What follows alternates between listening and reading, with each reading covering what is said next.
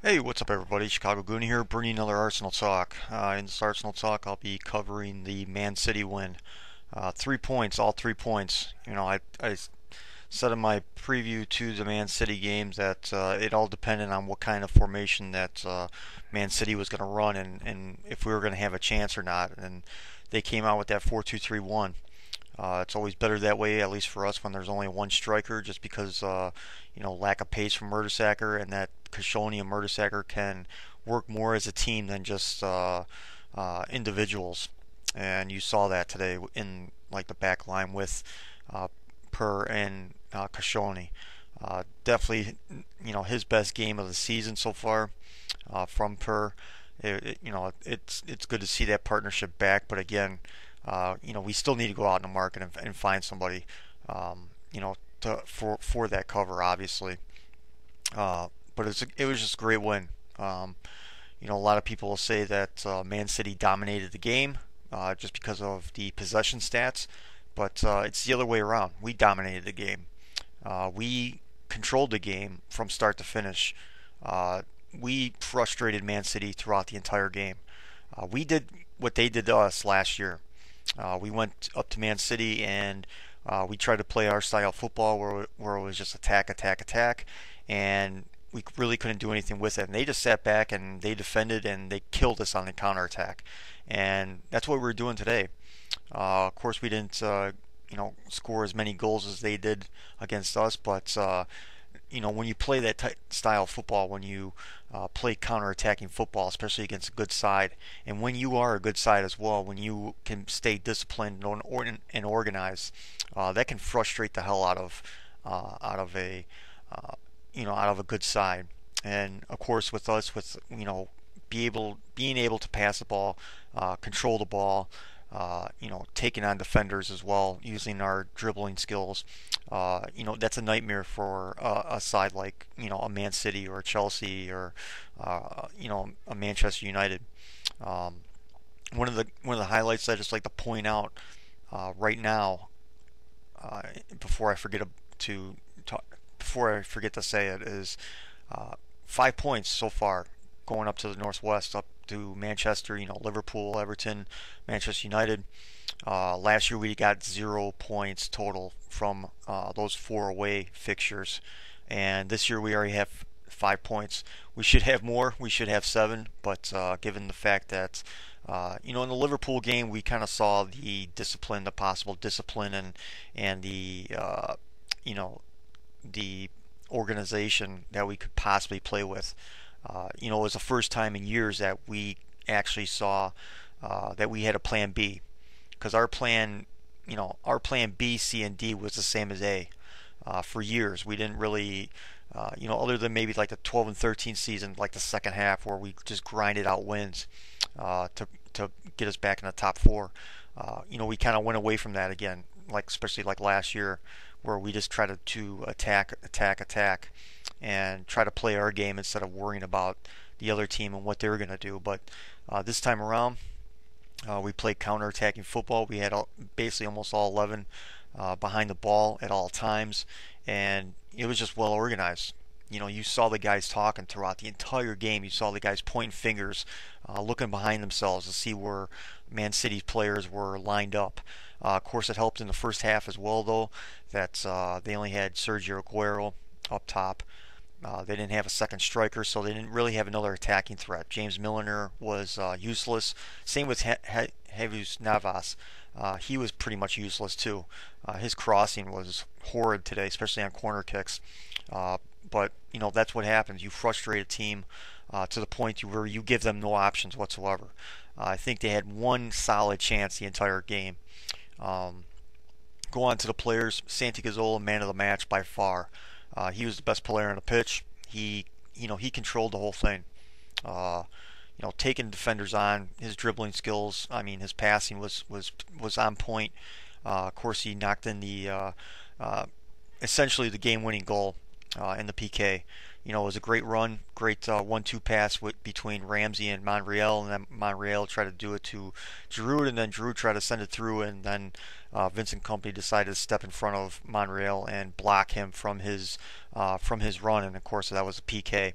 And Santi Cazorla, even though Joe Hart guessed right, he had enough pace on the ball, he had enough strength on the ball to really knock it home. It was perfect. From that point on, you just saw there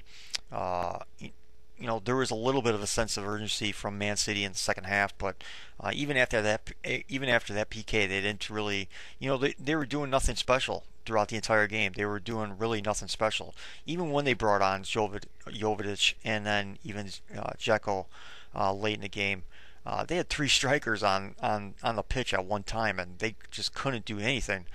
David Silva was, I mean, he was kind of like invisible.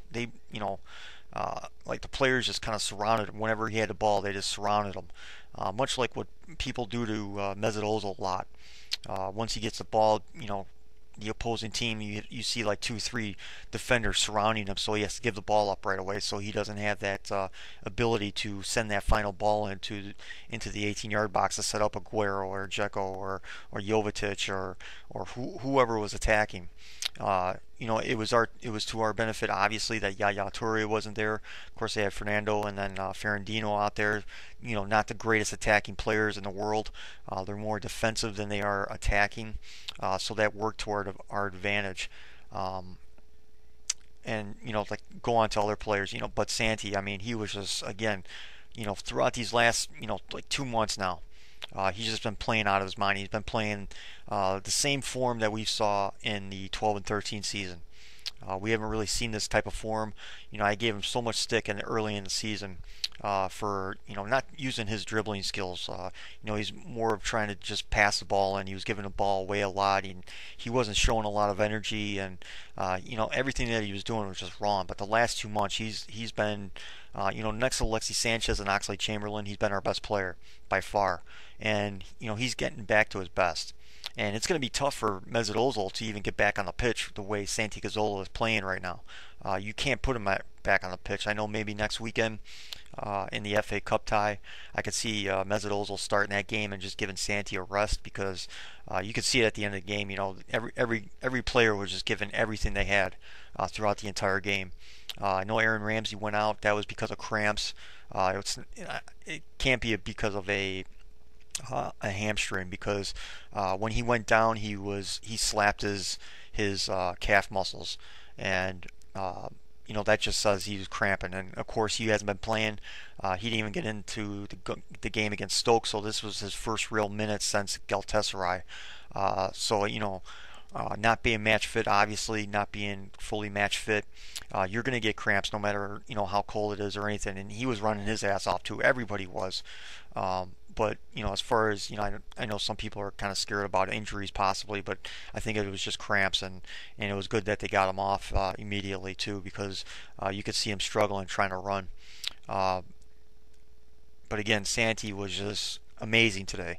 All the dribbling skills, the passing, the set piece. That was a perfect, set piece right into the box to Giroud. Giroud saw it. I mean, even Alexis Sanchez saw it. I mean, Man City just fell asleep on that set piece, but it was a perfect send-in into the box, and Joe Hart had, no chance whatsoever to put a save onto that goal, and it was just perfect to put us up 2-0. But what amazing performance by Alexis Sanchez. I mean Alexis Sanchez, Santi Cazorla.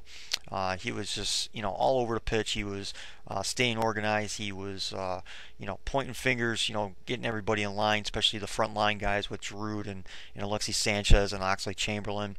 And then when Rosicky came on for the Ox. Which I thought was like a little bit of a mistake, just because we could have still used Ox's pace, especially tracking back possibly, but who knows? Obviously it was the right move now, but at the time you're kind of scratching your head of why is he taking Ox off, because he's been so powerful, he's been so good, especially even defensively, trying to track back and helping out Bellerin. I was really kind of scared when Rosicky came on, just the fact that sometimes when you put a central midfielder, attacking midfielder into the game where you're telling him to be a winger instead of an attacking midfielder, sometimes they forget that. Obviously, you see it all the time with Mikel Arteta, where he forgets that he's the DM, and you see him in the 18-yard box, and you're just like, what's he doing? But all around, just great by Santi Cazorla. Well-deserved man of the match for sure, with the goal and assist. Other names to point out to really uh, give them their props. Francis Copeland. I mean, this was the game. This was the game that you're going to find out. Can he hang with the big boys? Can he play against the big boys? Can he be our DM for the next, the rest of the season? Um, can he be possibly the answer? Of course, those questions can't be answered. At least, is he the long-term answer until 2 or 3 years from now, possibly, if he gets that many run of games, if Arsene Wenger has that much confidence in him. And obviously, he had that much confidence in him to recall him from Charlton and bring him back and throw him in there. Of course, Arteta was injured. He's going to be out for another, I guess, like possibly 2 or 3 months with his injuries. But of course, Flamini was out too, so they needed to recall somebody to take over that DM spot, and he's been amazing, amazing, just like with Santi. But he was just. He's just a different player to a Flamini or even Arteta. Obviously, he's a little bit more mobile. He's a little bit more faster, but he knows his role. The one thing I've been screaming about from like Arteta and Flamini, sometimes they kind of drift too far up. Throughout the entire game, I think maybe once or twice Coughlin got too far ahead. Other than that, throughout most of the game, he was within 5 yards of Koscielny and Mertesacker. Uh, you know, that's the type of DM we want. That's the type of DM we desperately need, because we desperately need someone who knows their role, who knows that he can have all the glory he wants if he plays his role, if he plays his position properly, and he did that. I mean, he was even screaming and yelling at people to get back and to get in line, and I mean, it was great to see. So big props up to him. I mean, he was just, his on the ball skills, his passing skills as well. I can't say one bad thing about him so far. He was making, he wasn't going, like kind of like haywire sometimes like he does. He had a couple questionable like tackles in previous games, but in this game he played a perfect game.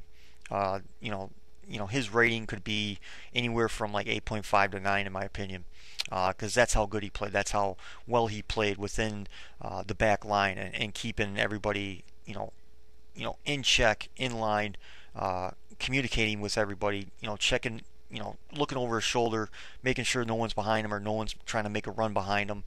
He made about about 5 or 6 interceptions during the game. Made 5 or 6 tackles. I mean, you can't say anything bad about his game today. I mean, it was a perfect game from Coughlin, and that's something we've been lacking. I mean, when's the last time you can say a DM for Arsenal played a perfect game? I mean, it's been years. It's been absolutely. I mean, it's been years. Uh, Another name to throw out there is Hector Bellerin. I mean, another 19-year-old, along with Colin Chambers, but a 19-year-old right back coming into a huge game and playing his ass off. He got forward a number of times, but defensively, he played well as well. I mean, there was a few times where he let a few crosses go through, but again, the crossing by Man City today was atrocious, and of course, that's good for us. But his play from his defensive play, and of course his forward play as well. I mean, you almost can't say anything bad about him today either. I mean, that's how well organized, that's how well he played. He knew when to bomb forward. He knew when to stay back. And you saw Monreal bomb forward more than Bellerin did. But when Bellerin did bomb forward, he was effective. There was maybe only one time where the ball was lost and he had to really hustle back. But then you always saw Coughlin take over that spot, or Aaron Ramsey was it back there, or the Ox was already back there at the time. Same with Rosicky. Rosicky was back there a number of times as well, when he was just too far forward sometimes. But again, a great game by the kid. Yeah, going forward, I mean, if this is going to be our right back of the future, it looks great. I know Carl Jenkinson is having a good time and he's playing well at West Ham, but if you can get this out of a 19-year-old now, imagine where he's going to be in 2, 3, 4 years. You're talking about one of better fullbacks in the world. If he's playing this well under this much pressure in this big of a game, where we needed something, we needed at least 1 point minimum from this game, and he played his ass off. It was, I mean, it was just a great defensive, something that we haven't seen from Arsenal in a long ass time. Like I said, you could see it in the Liverpool game, but this was a perfect game by Arsenal on all accounts. Alexis Sanchez had a decent game. Wasn't as effective. Zabaleta played his ass off. He played him well. To give props to Zabaleta, but he did have a few opportunities. Near the end of the game, I think it was about like the 75th minute, where he just had an open shot, and I think if he didn't have tired legs at the time, I think he probably would have put a better shot on goal, and probably even would have put it away possibly. But still, his defensive work rate was, I mean, again, amazing. He was really helping out Monreal, because there was a couple times early in the game where you're just like banging your head against the wall, because Monreal was just making a few mistakes early on. But then he really, even get the props to Monreal. He really kind of hunkered down and started playing more of a defensive game instead of trying to bomb forward. And he really settled into the game after those first like 10-15 minutes, where he made a few errors, and props to him as well. I mean, there's not one bad person. There's not one bad thing you could say about anybody. Ospina wasn't really challenged. He was challenged on that one cross where Aguero would have.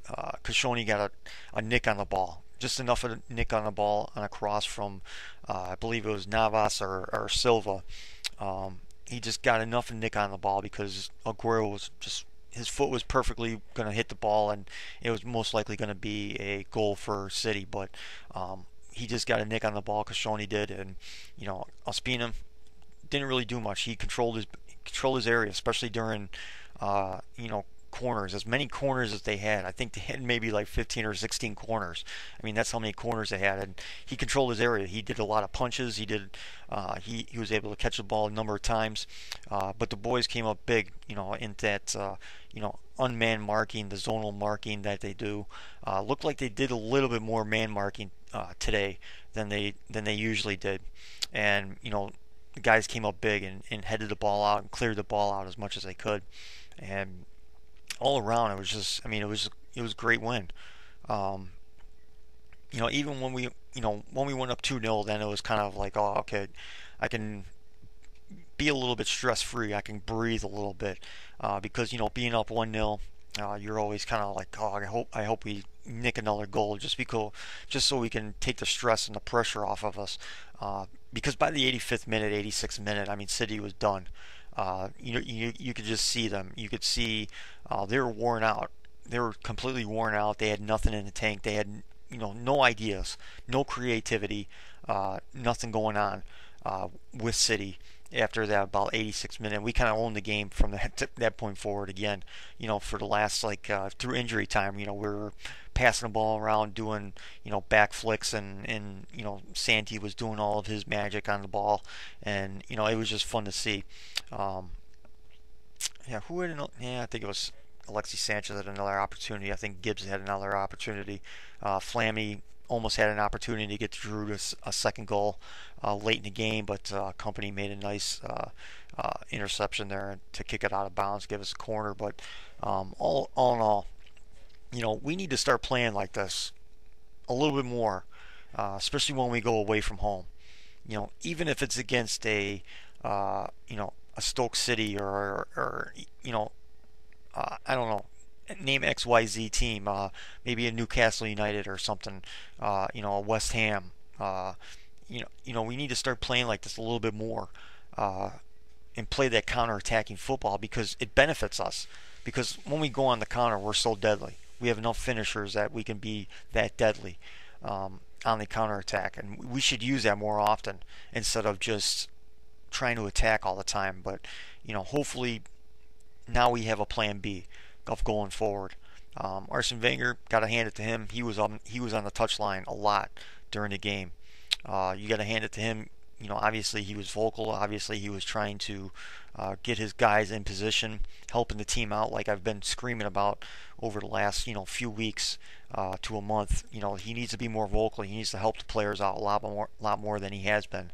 And when he does that, look what happens. Look what happens when we have an actual game plan going into a match, rather than just say, "Yep, just play our game," because we can't do that all the time. Going into Champions League as well. If we do get past Monaco, when we get in the quarterfinals, we're going to be playing a big boy team. Whether it be Chelsea or PSG, I know they play each other. Barcelona, Real Madrid, Bayern Munich. Name any of the big boys. We're going to have to play like that. Especially away from home.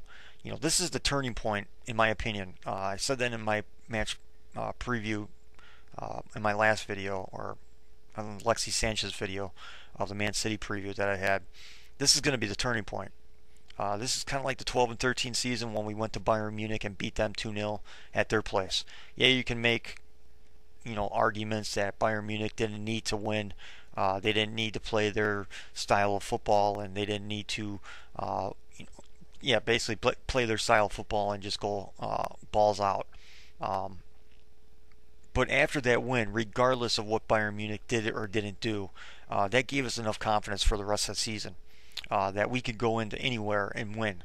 And of course, it landed us fourth place. It was one of the closest, tightest, last days of the season at Newcastle United. This is the same type of thing. This is the same type of game. This is the same type of confidence that can boost us for the rest of the season. That we can get back into that top four and even get hopefully top three. This is the type of win that can give confidence to everybody that we can go to Man City, one of the more difficult places to win in the Barclays Premier League, just like the Emirates is, and come out with 3 points. Last season we only got 1 point from Man City. We got 4 points this year. We should have got all 6, but again, a late set piece. But again, this is hopefully our turning point. Of course, everybody's back healthy, and players are playing out of their skin right now. With Bellerin and Coughlin and those guys coming into the side and giving new energy, giving new life to the team, and giving new confidence to the team.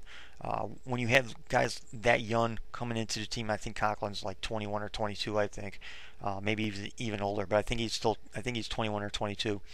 But when you can depend on those type of guys coming in that young and to be that organized and be that disciplined, it just gives confidence to the rest of the guys. And hopefully this is our turning point because we needed, honestly, I thought this was a must-win. Honestly, I think Spurs was 1 point ahead of us, and of course we got to keep up a pace with Manchester United and of course Southampton to try to get into that top three, top four, whatever. But I think this is definitely going to be our turning point of the season. This is a win that we desperately needed to push forward, to give us a boost, that we can have that type of confidence, because that's what it's based off of a lot of. And another props too before I end this is the away fans. The away fans were amazing today. You could hear them singing throughout the entire game. There are some of the best away fans in the BPL, hands down. They're right up there with like a Crystal Palace. Crystal Palace's away fans are some of the best, and even if they're down like 2-0, they're still screaming and singing. And our away fans just did a number today, and you could just hear them singing throughout the entire game. And it's just great to see those away fans and how much dedication and loyalty and love they have for the Arsenal. And you have to say they are the 12th man. They are the extra energy boost that the players need when it gets down to that 80th minute, 85th minute. And, it's just great to see those away fans and how dedicated they are to Arsenal. And, yeah, that'll probably be it going forward. I'll probably do another one midweek. Probably some transfer stuff. I have some, because it's about a week off. I think the transfer window ends in about 2 weeks time. 2 weeks time. So I'll probably do some type of transfer thing, give an FA Cup preview, because I'm gonna have to research Brighton a little bit and talk about some knowledge because, of course, I haven't seen them play. We don't get those type of games here. We get some championship games, but we don't get a whole lot of them. But yeah, on to the FA Cup tie. I believe it's on Sunday as well. So hopefully some of the guys get a rest. Hopefully Alexis Sanchez gets a couple weeks off because let me check this real quick. That's not what I want.